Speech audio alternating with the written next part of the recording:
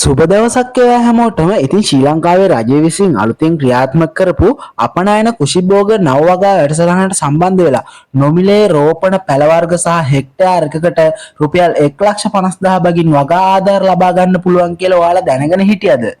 ඉතින් මේ ගැනවත් තවමත් දන්නේ නැත්නම් මේ වීඩියෝ එක මුල ඉඳන් ඉවර වෙනකම් බලන්න.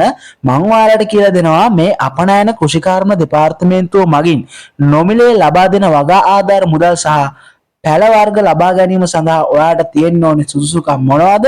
මේ ආධාර ලබා ගන්නවා කරන්න ඕනේ මොනවද කියලා සියලුම විස්තර මේ වීඩියෝ එකෙන් මම ඔයාලට අරන් එනවා.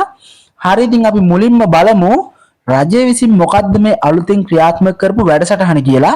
ඔන්න ඉතින් 2030 වර්ෂයේ වෙන විට කුළුබඩු ඇතුළු අපනයන කුෂිභෝග නිෂ්පාදන අපනයනෙන් ශ්‍රී ලංකාව දැනට උපයන විදේශ විනිමය දෙගුණයක් දක්වා ඉහළට ගැනීමේ අරමුණින් ආරම්භ කරපු වැඩපිළිවෙල තමයි මේ. ඉතින් මේ වැඩපිළිවෙල හඳුන්වන්නේ අපනයන කුෂිමහිම නව්‍ය කුෂි ව්‍යවසායකත්ව වැඩසටහන කියලා තමයි මේක ආරම්භ වෙන්නේ. හරි, ඉතින් වැඩි කතා නැතුව අපි බලමු මේ වගා ආධාර ලබා ගන්න පුළුවන් කාටද තියෙන්න ඕන සුදුසුකම් මොනවද, කොහොමද මේකට සම්බන්ධ වෙලා නොමිලේම මේ ආධාර මුදල් සහ පැළ වර්ග ලබා ගන්න කියලා. මේ සඳහා සම්බන්ධ වෙන්න නම් ඔයාට තියෙන්න ඕන සුදුසුකම් තමයි ඔයාගම කියලා ඉඩමක්. ඉතින් ඉඩමක් කිව්වා මේ ලංකාව ඇතුලේ ඕනම කොතනක හරි තැනක ඔයාට රබර් ඉඩමක් හරි තේ ඉඩමක් හරි එහෙමත් නැත්නම් හිස් ඉඩමක් හරි ඔයාගේ නමට මොකක් හරි ඉඩමක් තියෙනවා නම් ඔයාට පුළුවන් මෙන්න මේ ආධාර ලබා ගන්න. ඉතින් දැනට මොනවා හරි වැවිලි භෝගයක් වගා කරලා තිබ්බත් නැතත් ඉඩම තියෙන්නේ ඔයාගේ නමට නම් මේ වැඩසටහනට ඔයාට සම්බන්ධ වෙන්න පුළුවන්. ඒ වගේම මේ වැඩසටහනට ඔයා සම්බන්ධ වුණාට පස්සේ ආධාර විතරක් නෙමෙයි ඔයාලට පුළුවන් කුෂිකර්ම නිලධාරීන්ගේ උපදෙස් සහ නිරීක්ෂණය මත ඔයාලගේ කුෂි ව්‍යාපාරය කරගෙන යන්න.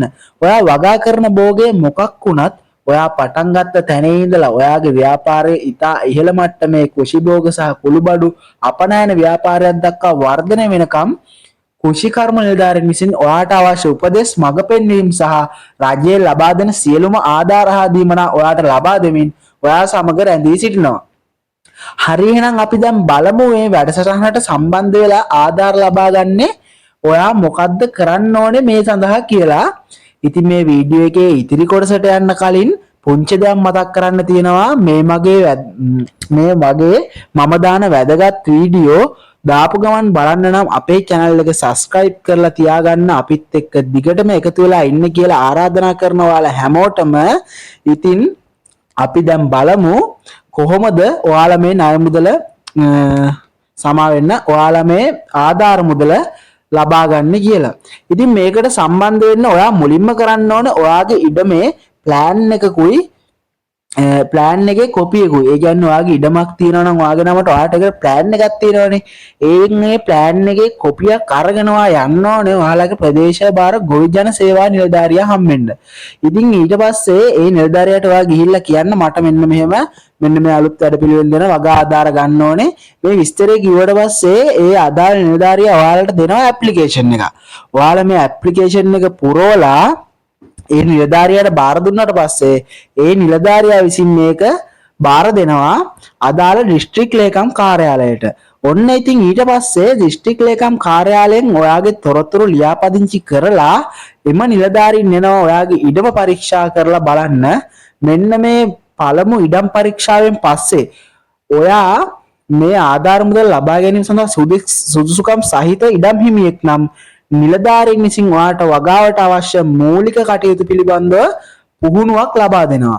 ඉතින් ඔයාලට මේ පුහුණුව ලබා දුන්නාට පස්සේ නිලධාරීන් විසින් ඔයාලට කියනවා ඔයාලට දුන්න උපදෙස් අනුව ඔයාගේ ඉඩම සකස් කරන්න කියලා. අන්න ඊට පස්සේ ඔයා කරන්න ඕන ඔයාගේ ඉඩම ඒදා පුහුණුවේදී දෙන උපදෙස් අනුව ඔයාගේ ඉඩම සකස් කරන්න ඕන ඔයා. අන්න එහෙම කරාට පස්සේ නිලධාරීන් ආයෙත් පාරක් ඔයාගේ ඉඩමට ඇවිල්ලා බලනවා. එහෙම බලලා ඔයාගේ ඉඩම බලලා ඉවරලා එයාලා තීරණය කරලා කියන්නේ ඔයා කරලා තියෙන ඔයාට දැන් දෙනවනේ මේ පුහුණුවක්. ඒ පුහුණුවේ විදිහට ඔයා ඉඩම සකස් කරාට පස්සේ නිලධාරීන් ඇවිල්ලා බලලා එයාලා ඔයාට දෙනවා මුළු ආධාර මුදලෙන් 50% මුදලකුයි ඔයා වගා කරන්න බලාපොරොත්තු වෙන බීජ හෝ පැළ වර්ග ඔයාට ලබා දෙනවා. ඊට පස්සේ ඔයා මේ පැල ටික හිටවලා මාස දෙකක් වගේ කාලයක් ගිහිල්ලා හරියට නඩත්තු කටයුතු කරාට පස්සේ ඒ නිලධාරීන් ආයෙත් ඇවිල්ලා ඔයාගේම පරීක්ෂා කරලා බලනවා. අන්න එහෙම බලලා ඔයා හරියට වැඩේ කරලා තියෙනවා නම් ඔයාගේ ඉතිරි වගා ආධාර මුදල නිලධාරීන් ඔයාට ලබා දෙනවා.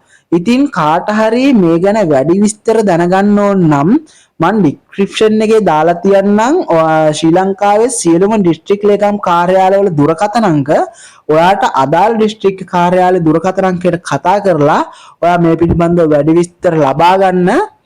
ඉතින් මේ අද වීඩියෝ එක හොඳයි නම් ඔයාලා දෙයක් දැනගත්තා නම් අනිවාර්යෙන් වීඩියෝ එක ලයික් එකක් දාලා මගේ channel එක subscribe කරලා තියාගන්න. හරි එහෙනම් මම අදට ගිහින් එන්නම් ඔයාලා හැමෝටම ජය වේවා කියලා ප්‍රාර්ථනා කරනවා.